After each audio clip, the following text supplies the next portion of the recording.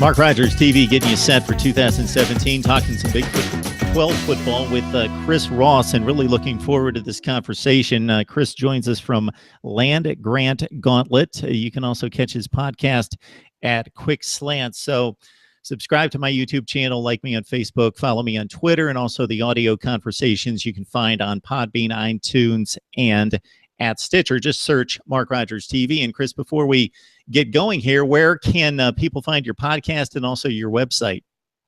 Okay, well, the website, landgrantgauntlet.com. To make it easy, you can type in thelgg.com. We'll take you to the same spot. Follow us on Twitter at _LGG or at QuickSlantPod. That's the podcast Twitter handle.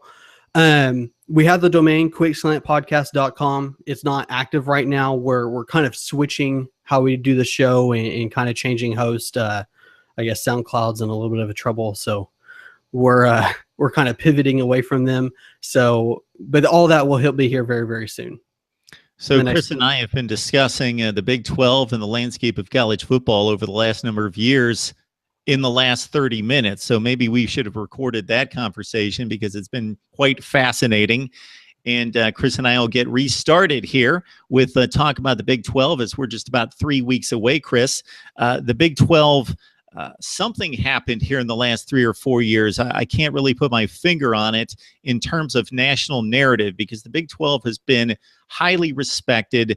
I think partially it goes back to the loss of Nebraska in particular, and also now Colorado going to the Pac-12, losing some games on some big stages, not getting to the national championship game since the Oklahoma and Texas back-to-back years in 08 and 09. So we move forward to last year, and losing some big non-conference games didn't help the conference, but then the rebound in postseason play. So your thoughts about the Big 12 overall in terms of national narrative going into 2017? Well, I think you kind of hit on some of it. I've called it the perfect storm, where between the teams leaving and then the immediate quote unquote demise of the Big 12, Colorado kind of took an out while they could.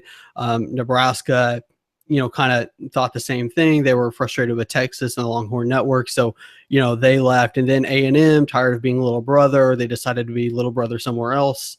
So yeah, it kind of turned out to be a perfect storm between that and then the perceived financial issues with the Big 12 as the SEC and the Big 10 signed better contracts. And then the play of the Big 12 also cycled down. And we know that this is a cycle. But yeah, 4-2 in the bowl games last year. So I think part of it is perception, not really reality. But until that perception changes, that is your reality. And that's what the Big 12 has to deal with. I think we've seen them react to that with the addition of the championship game, bringing that back, the 13th data point. So it'll be interesting. I think the conference play as itself is trending back up. So that should solve a lot of issues for the conference.